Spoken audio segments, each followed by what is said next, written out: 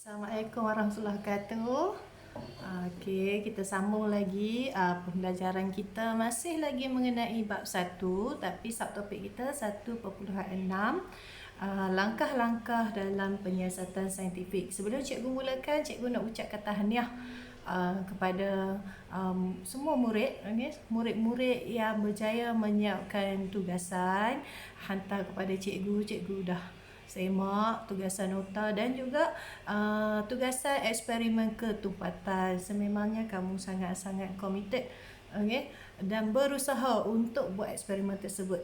Okay? Terima kasih banyak-banyak dan insyaAllah cikgu akan rekodkan markah kamu dalam penilaian PBD nanti. Okay? Untuk subtopik 1.6, okay, seperti yang kamu nampak 1.6 langkah-langkah dalam penyiasatan saintifik. Ini adalah satu topik yang agak penting di mana bab 1 penyiasatan saintifik. Kita belajar pada PDPI yang pertama lagi cikgu dah bagi tahu apa itu sains. Okay, sains melibatkan eksperimen dan pemerhatian. Pemerhatian dan eksperimen mengenai fenomena semula jadi. Okey, macam mana kita nak buat pemerhatian dan nak buat eksperimen? Jadi nak buat eksperimen kita kena buat penyiasatan saintifik. Nak buat penyiasatan saintifik ada langkah-langkah dia. Kita tak boleh terus kepada kesimpulan. Okey, kita tak boleh tengok, perhatikan terus buat kesimpulan, tak boleh. Okey, kita kena ada langkah-langkah. Kita kena buat langkah-langkah yang sepatutnya. Nanti kita akan tengok satu persatu. Okey. Okey, sebelum kita tengok langkah-langkah dalam penyiasatan saintifik, kita perlu tahu dulu mengenai 12 kemahiran proses sains. Okey, kalau kamu perhatikan kat sini, untuk proses sains kita ada 12 kemahiran yang perlu ada pada pelajar yang mempelajari subjek sains. Satu, kamu perlu ada kemahiran memerhati. Okey, memerhati setiap apa-apa perubahan yang berlaku di sekeliling kita, kita perhatikan. Okey, kemudian kita kena ada kemahiran mengelas. Okey, mengelas. Contohnya kita tengok cacing tanah dan semut. Kita tengok-tengok di tanah tu sambil-sambil korek cabut rumput ke apa ke, nak tanam pokok ke, nak tolong mak potong rumput ke, kita jumpa satu semut dan juga cacing tanah. Jadi kita kelaskan. Macam mana kita nak kelaskan cacing tanah dengan semut ni? Kita boleh kelaskan, kita perhatikan semut ada kaki. Okey, semut ada kaki. Betul tak? Okey, cacing tanah tidak mempunyai kaki. Jadi kat situ kita boleh sebut dekat situ. Jadi kita boleh kelaskan kat situ, semut mempunyai kaki, semut tidak mempunyai kaki, cacing tanah. Okey, itu antara contoh-contoh mengelas. Okey, mengukur dan menggunakan nombor. Ini yang dalam subtopik 1.5 cikgu dah ajak 1.4 pun cikgu dah ajak bahawa untuk buat penyiasatan saintifik kita kena pandai mengukur, guna alat pengukur yang betul, dan kita kena pandai menggunakan nombor. Pengukuran itu mesti melibatkan nombor. Okey, kuantiti yang kita boleh ukur dan kita boleh rekod dengan menggunakan nombor. Membuat inference. Okey, membuat inference bermaksud kita memberikan reason ataupun sebab kepada sesuatu pemerhatian. Okey, contohnya kalau kata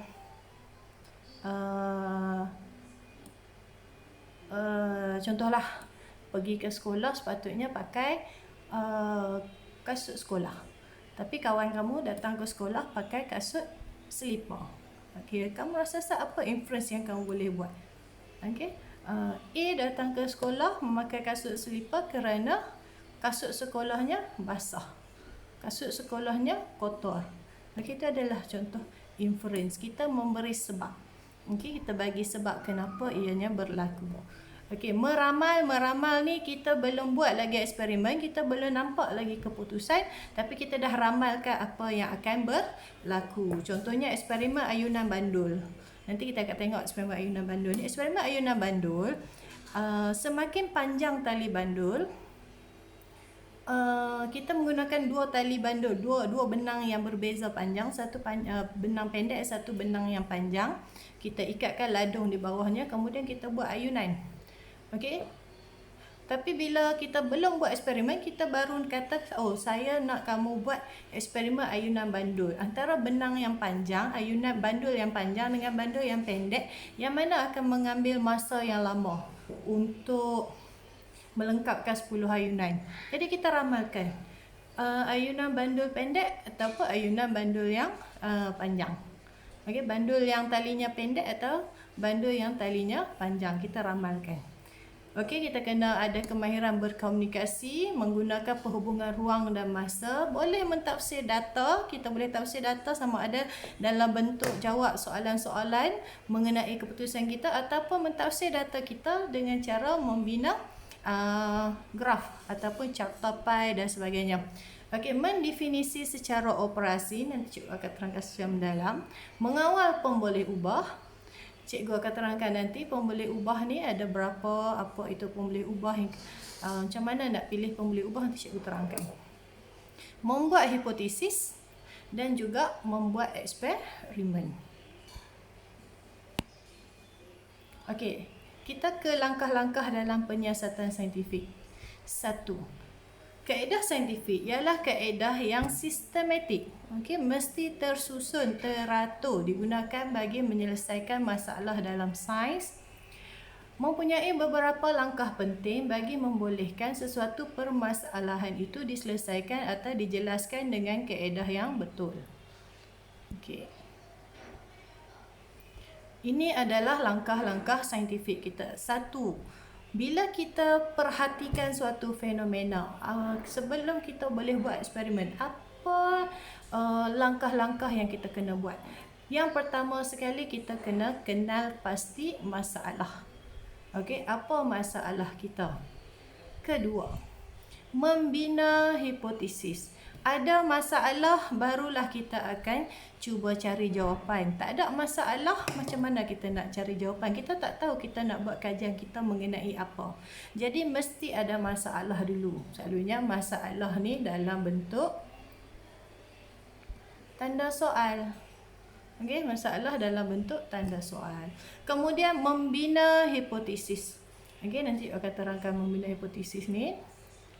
Kemudian mengawal pemboleh ubah. Pemboleh ubah kita ada 3. Pemboleh ubah dimanipulasi, pemboleh ubah bergerak balas, dan juga pemboleh ubah dimalarkan. Kemudian kita dah kena pasti masalah, kita dah bina hipotesis, kita ada pemboleh ubah, kawal pemboleh ubah kita, barulah kita rancang eksperimen. Okey? Menjalankan eksperimen, kena rancang dulu eksperimen kita. Kita kena tahu dulu apa yang kita nak buat dan sebagainya. Mula-mula ambil barang apa, kena guna radas apa, rancang dulu, barulah kita boleh jalankan eksperimen kita. Kemudian dah jalankan eksperimen, setiap data yang kita dapat kita kena rekodkan dalam jadual yang bersesuaian. Yang ini kita panggil sebagai proses mengumpul data. Kemudian data yang kita dapat, kita kena menganalisis dan tafsirkan data tersebut. Okey. Kemudian barulah kita boleh membuat kesimpulan.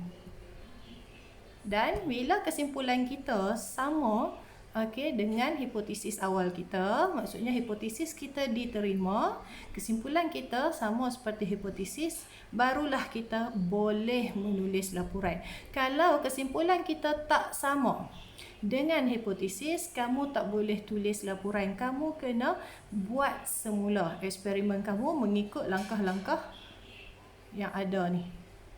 Okey, langkah-langkah yang ada ni bermula dengan membina hipotesis yang baru. Bila kesimpulan dan hipotesis ni sama, okey, hipotesis kita boleh diterima, barulah kita boleh tulis laporan.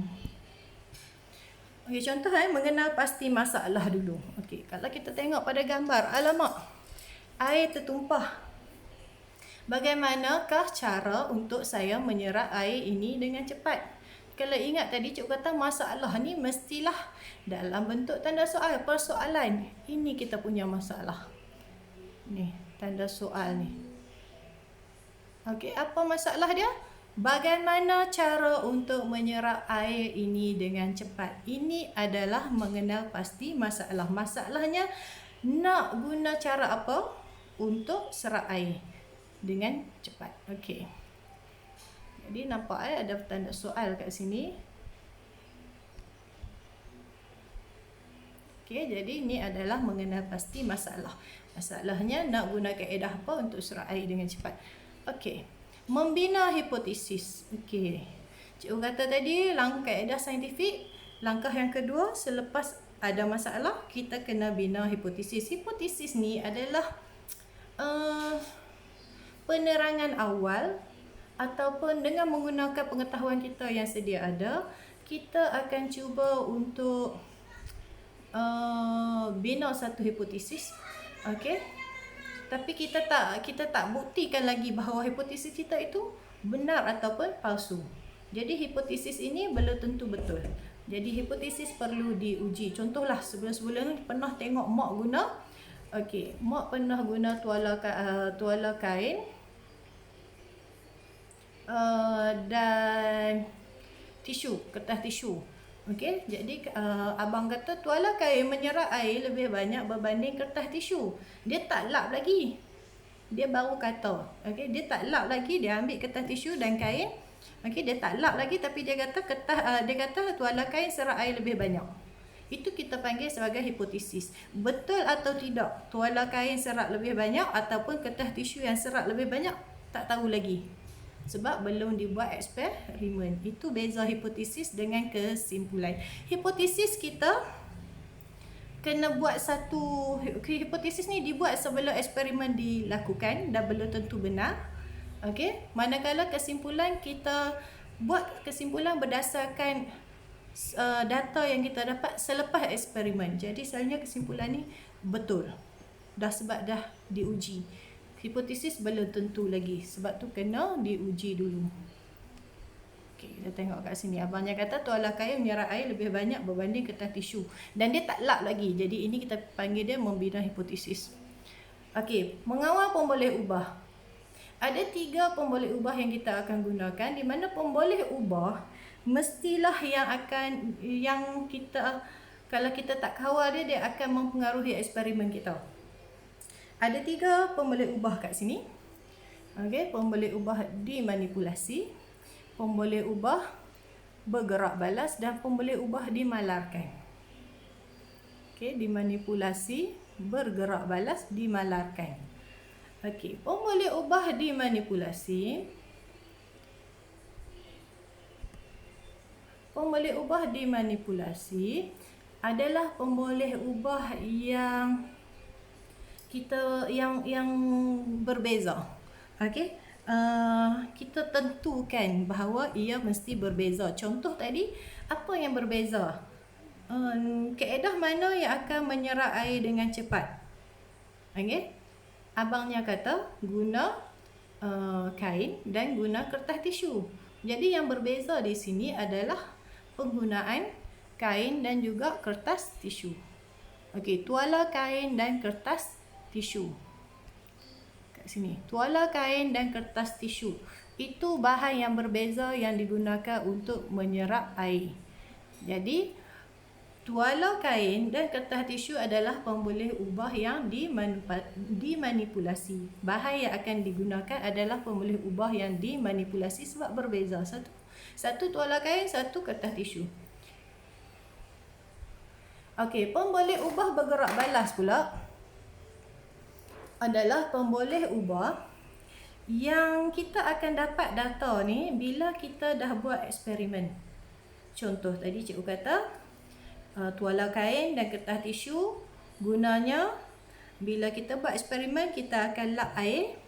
Kita akan tengok yang mana yang akan menyerap air paling cepat. Okey, jadi penyerapan air paling cepat, kadar penyerapan air adalah pemboleh ubah bergerak balas. Kita akan tengok masa kita buat eksperimen. Data kita tu adalah pemboleh ubah bergerak balas. Okey, pemboleh ubah dimalarkan. Pemboleh ubah dimalarkan kita kena pastikan bila kita guna kertas tisu dan bila kita guna kertas tuala kain, dia pemboleh ubah dimalakan ni mesti sama. Contoh saiz kertas tisu, saiz tuala kain mesti sama. Sebab kalau kertas tisu ni kamu guna sikit, tuala kain ni kamu guna banyak, besar, dia akan memberi kesan. Okay? Dia takkan dapat keputusan yang tepat disebabkan oleh pemboleh ubah ini tidak dimalarkan. Ataupun saiz tisu dengan saiz tuala kain ni dah sama, tapi air yang kertas tisu kena serap, air dia sebesen. Tuala kain yang nak kena serap segelas sahaja. Jadi yang mana yang akan paling cepat diserap? Mestilah yang airnya sikit kan. Tak boleh, kita tak boleh buat macam tu, sebab kita nak tengok kain mana yang serap lebih cepat. Jadi kuantiti air, isi padu air yang kita guna untuk diserap tu pun mesti sama. Jadi yang sama ni kita panggil pemboleh ubah dimalarkan. Okey, cikgu ulang Pemboleh ubah dimanipulasi, apa yang kita tentukan supaya ia berbeza. Yang bergerak balas, kita akan dapatkan data semasa eksperimen. Bila yang dimanipulasi berubah, yang bergerak balas pun akan berubah. Okey, pemboleh ubah dimalarkan, apa yang mesti sama. Mesti disamakan apabila dimanipulasi ni berubah, yang dimalarkan mesti sama. Okey. Merancang eksperimen. Kita perlu merancang reka bentuk eksperimen terlebih dahulu dengan betul. Perlu pilih bahan-bahan dan radah yang sesuai untuk eksperimen. Jadi masa kita buat eksperimen tak adalah kita kelang kabut. Nak guna tu kan, nak guna ni kan, nak ambil tu kan, nak ambil ni kan. Jadi kita rancang dulu baru kita buat eksperimen. Kemudian kita dah ada rancangan kita untuk buat eksperimen tu dah ada, barulah kita jalankan eksperimen. Mari kita menguji hipotesis anda. Sebab tadi cikgu kata hipotesis belum tentu betul dan perlu diuji. Jadi kita buatlah eksperimen untuk uji hipotesis kita. Semasa jalankan eksperimen, langkah berjaga-jaga mesti diamalkan pada setiap masa untuk dapatkan data yang tepat. Langkah keselamatan perlu untuk menghindari kemalangan.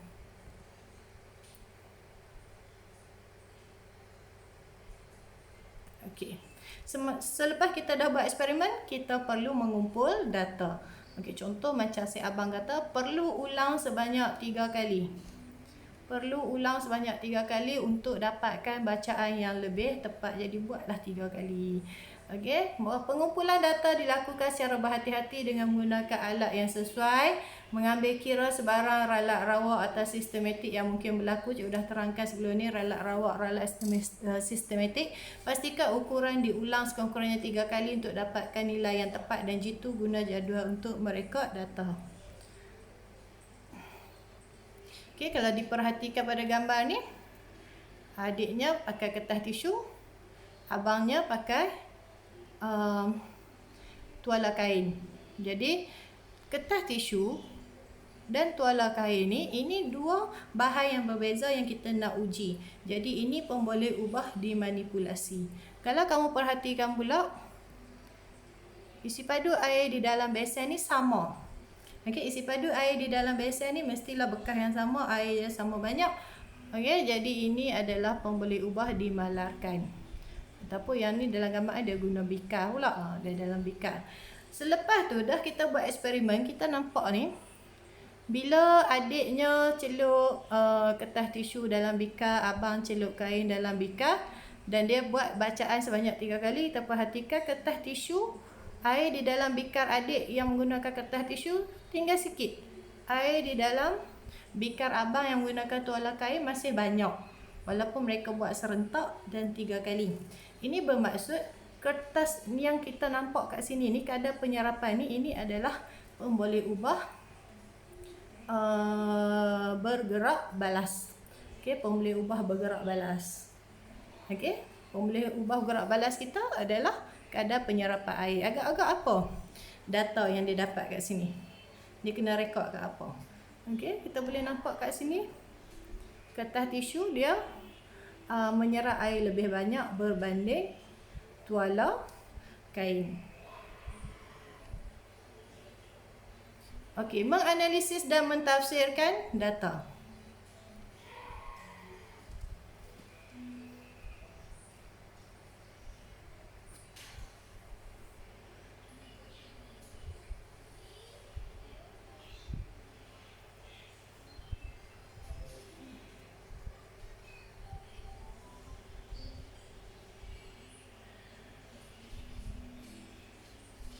Okey, menganalisis dan mentafsirkan data. Analisis perlu disertakan dengan bentuk komunikasi yang berkesan seperti penggunaan graf dan jadual. Graf dan jadual membantu kita untuk mentafsirkan data dengan lebih mudah.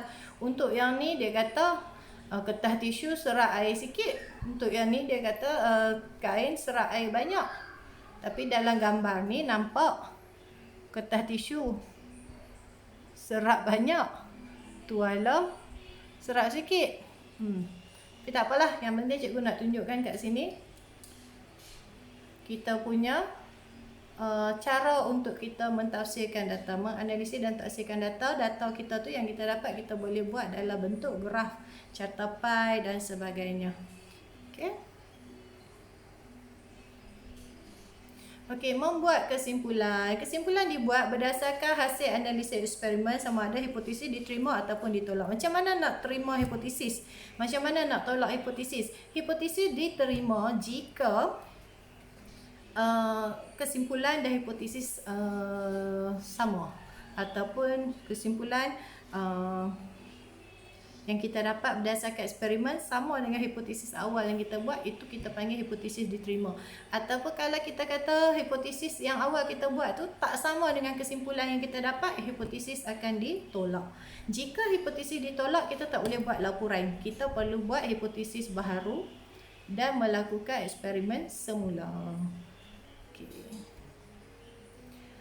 Ni pula untuk menulis laporan. Ketika menulis laporan, semua data dan maklumat yang penting perlu disertakan. Kalau tadi cikgu kata okey, kesimpulan dan hipotesisnya sama, hipotesis diterima, kesimpulan kita betul, kita boleh tulis laporan. Nak tulis apa? Okey, ni kita kena ada benda ni. Mesti ada pernyataan masalah, mesti ada hipotesis, kena tulis. Mesti ada tujuan. Untuk penyataan masalah ni mesti ada tanda soal. Hipotesis kita, tujuan kita untuk mengkaji bla bla bla bla. Pemboleh ubah kita ada 3 tadi cikgu kata. Pemboleh ubah dimanipulasi, pemboleh ubah bergerak balas, pemboleh ubah dimalarkan. Bahan radas apa nak guna, prosedur 1. Prosedur ni cara nak tulis prosedur macam kita tengok orang tulis resepi dekat internet lah. Macam resepi mi goreng 1, 2, 3. Untuk eksperimen kita buat macam tu juga. Prosedur mesti ada nombor. Yang 1, langkah pertama nak buat apa. Nombor 2. Nombor 2 tu maksudnya langkah kedua. Nombor 3, langkah ketiga. Okey, pemerhatian keputusan selalunya kita buat dalam bentuk jadual. Okey, pemerhatian ni kita buat dalam bentuk jadual. Analisis dan tafsiran data, akhirnya kita buat kesimpulan. Okay, inilah contoh laporan lengkap eksperimen. Rasanya kamu semua dah dapat buku teks, jadi kamu boleh tengok buku teks kamu. Okey, ni ada dalam buku teks kamu cara nak tulis dia. 1, cikgu kata tadi mesti ada masalah, mengenal pasti masalah. Jadi apa masalah kita? Penyataan masalah, bagaimanakah panjang bandul mempengaruhi satu ayunan lengkap. Nampak kan dia ada tanda soal kat sini. Okey, satu ayunan lengkap. Ini adalah masalah kita. Bagaimanakah panjang bandul mempengaruhi masa satu ayunan yang lengkap? Okey, panjang bandul. Mana panjang dia? Panjang yang ni. Ni benang ni panjang dia lah. Okey, semakin panjang, semakin pendek satu bandul tu. Okey, apa akan berlaku kepada masa bagi satu ayunan lengkap? Kena, kalau dia kata masa kat sini, maksudnya kena guna alat pengukur apa untuk masa? Alat pengukurnya adalah jam randik. Ni satu ayunan lengkap, lepaskan dari A, pi kat B, patah balik kat A, satu ayunan. Kena kira berapa kali ayunan? Kena kira 10 ayunan. Cukup 10 ayunan? 1, 2, 3 sampai 10.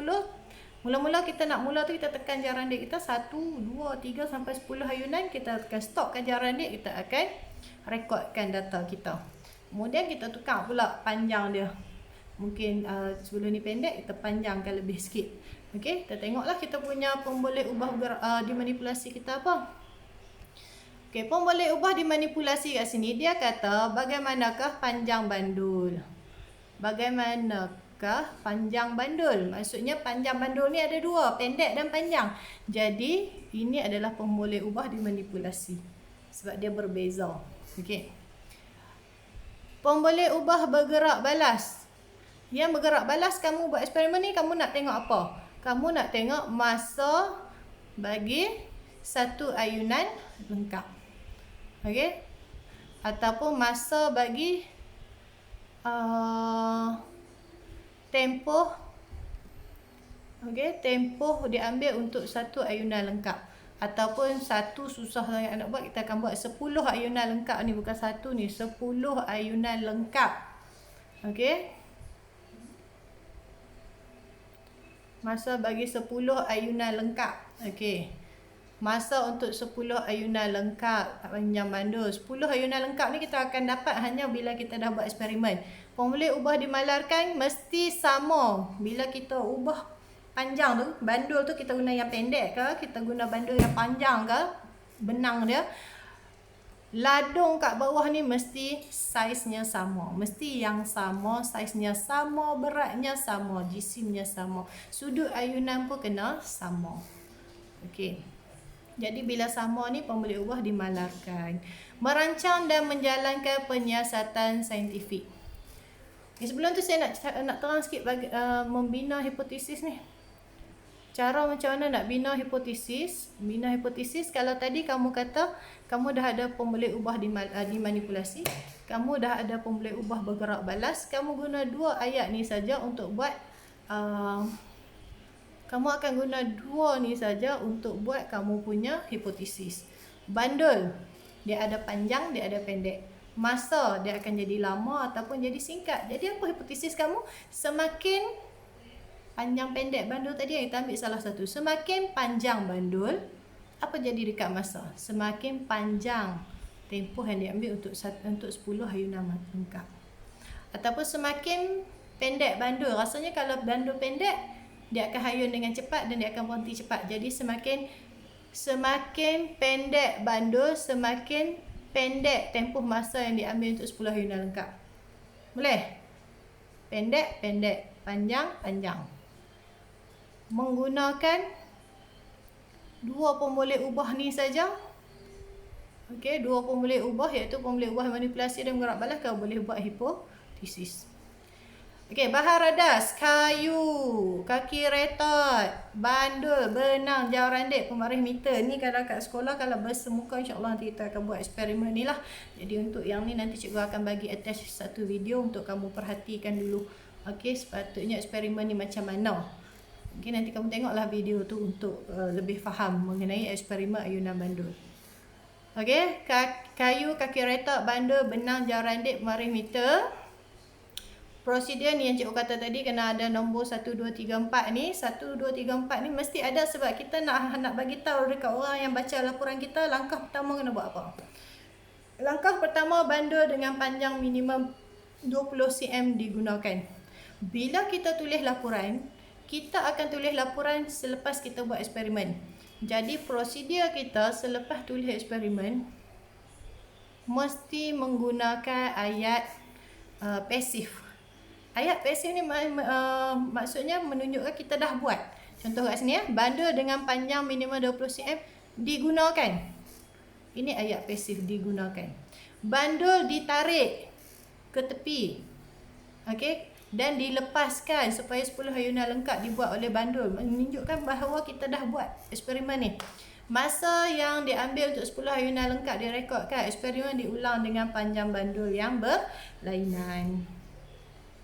Okey, kalau kita tengok kat sini, keputusan. Keputusan, semua yang dia buat buat eksperimen tu dia rekodkan dalam jadual. Contoh, panjang bandul dia ada 20 cm, 30 cm, 40 cm, 50 cm, 60 cm. Potonglah benang tu bagi ikut panjang yang sepatutnya. Masa bagi 10 ayunan lengkap. S, dalam kurungan S ni maksudnya dia guna unit saat. Okey. Waktu panjang bandul 20 cm. Cubaan yang pertama 10 ayunan lengkap ambil masa 9.1. Cubaan yang kedua 9.2. Cubaan yang ketiga 9.0. Jadi dia dah buat 3 kali. Bila dia dah buat 3 kali, ada 3 data. Macam mana nak ambil ni? Data ada 3. Kita kena ambil bacaan purata. Macam mana nak ambil bacaan purata? Bacaan yang satu tambah bacaan yang kedua tambah bacaan yang ketiga, tambah dulu, bahagi dengan berapa kali bacaan kamu ambil? 3. 9.1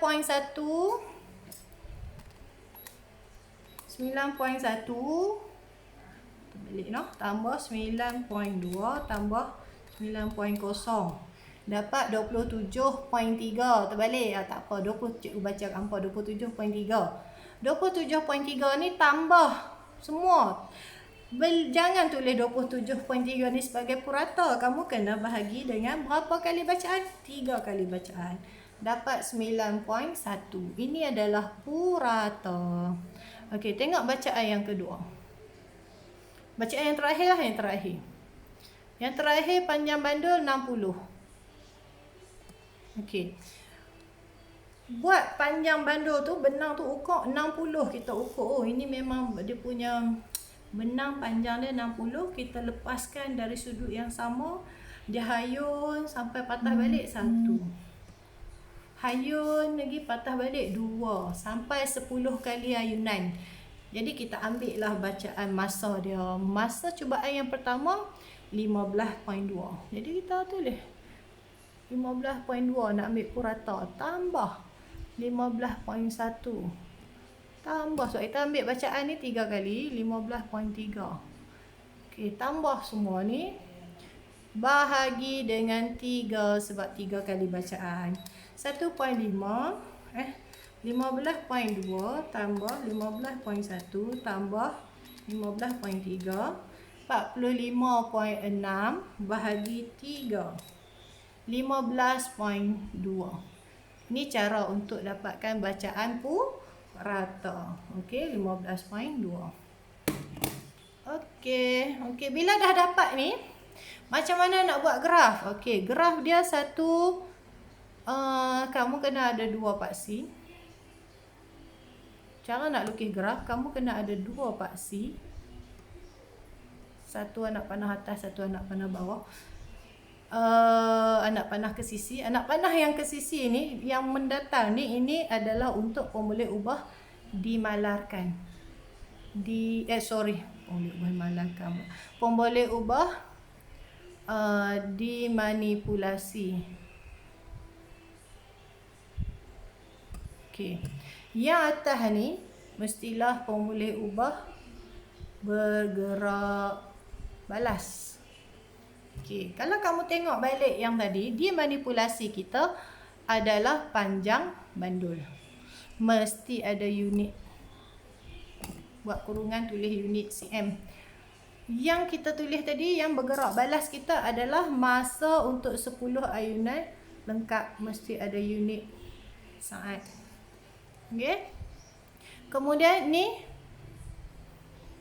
pemboleh ubah dimanipulasi, yang ni pemboleh ubah bergerak balas. Okey. Buatlah jadual eksperimen apa sekalipun mendatar macam ni. Ini untuk pemboleh ubah dimanipulasi. Tegak naik macam ni, ini untuk pemboleh ubah bergerak balas. Jadi untuk eksperimen ayunan bandul kita, dimanipulasi kita adalah panjang bandul, mesti letak unit dalam kurungan, simbol unit dalam kurungan, dan yang bergerak balas kita adalah masa untuk 10 ayunan lengkap, unitnya saat, buh dalam kurungan. Jadi kita lukislah graf kita. Nak ambil data mana? Data 1 ke, 2 ke, 3 ke? Ataupun purata? Kena ambil data purata. Jadi kena ambil ni dan kena ambil ni. Contoh panjang bandul 20. Ni panjang bandul 20. Puratanya 9.1. Jadi tengok kat sini 20. Kita kena tanda pada 9.1. Kalau panjang bandul 60 ni kat sini 60, kita kena tanda 15.2. Cari mana 15.2 tanda. Okey, tanda. Kita kena buat garis, graf garis, sambungkan titik-titik. Okey, ni titik-titik ni kita sambungkan, buatlah graf. Okey, semakin berdasarkan graf ni kita nampak. Berdasarkan graf yang kita nampak ni masa, ni panjang bandul. Semakin panjang bandul, 10, 20, 30, 40, 50, 60 makin panjang lah. Semakin panjang bandul, apa jadi dekat kita punya ni? Masa ni kita nampak makin meningkat. Ni graf kalau kata macam ni meningkat lah. Okey, contoh aja tunjuk. Ini kita punya ni makin macam ni, makin lama makin meningkat. Graf kalau menurun macam ni, makin lama makin rendah. Okay, makin lama makin sikit. Okey. Jadi yang ni kita nampak makin naik. Yang ni kita nampak graf dia makin lama makin naik. Bila makin naik ni maksudnya semakin panjang bandul, semakin panjang masa bagi 10 ayunan lengkap. Kesimpulan kita, hipotesis diterima, semakin panjang bandul, semakin panjang tempoh diambil untuk satu ayunan lengkap. Okey, habis untuk subtopik 1.6. Okey, subtopik 1.7 pula, sikit saja. Sikap saintifik dan nilai murni dalam menjalankan penyiasatan saintifik. Okey, sifat saintifik yang perlu diamalkan. 1. Berminat dan bersifat ingin tahu tentang alam sekeliling. Mesti jujur, tepat dalam merekod dan mengesahkan data. Jangan pernah merekod data yang palsu. Okey, sebab kadang-kadang kita malas nak buat hipotesis yang baru. Kita nak bagi hipotesis kita tu jadi betul juga. Data tidak menyebelahi hipotesis kita ubah data kita. Tak boleh. Okey, kalau data kita macam mana kita dapat, kita rekodkan. Kalau kesimpulan kita tak sama dengan hipotesis, kita kena buat balik. Kita jangan ubah suai data kita. Bertanggungjawab terhadap keselamatan diri, rakan serta terhadap alam sekitar. Jadi bila buat eksperimen mestilah berhati-hati ikut langkah-langkah keselamatan. Tanggungjawab terhadap rakan ni sekali lagi.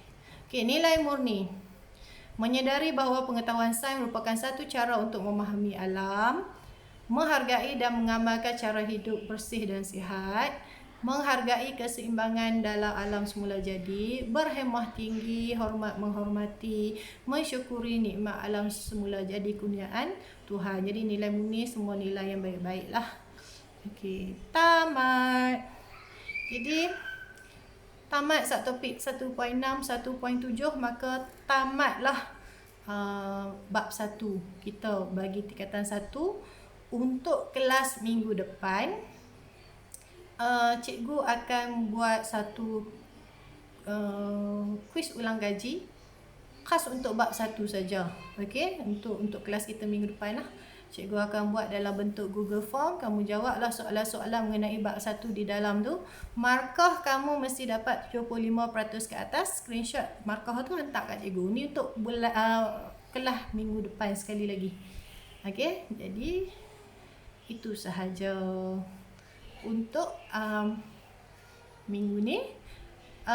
Tugasan kali ni senang saja. Cikgu nak kamu belajar menulis laporan. Cara untuk tulis laporan cikgu akan bagi di dalam grup WhatsApp grup sains kita. Okey, apa yang kamu kena tulis. Okey, laporan mengenai eksperimen ayunan bandul. Okey, itu sahaja untuk minggu ini. Bye bye. Assalamualaikum warahmatullahi wabarakatuh.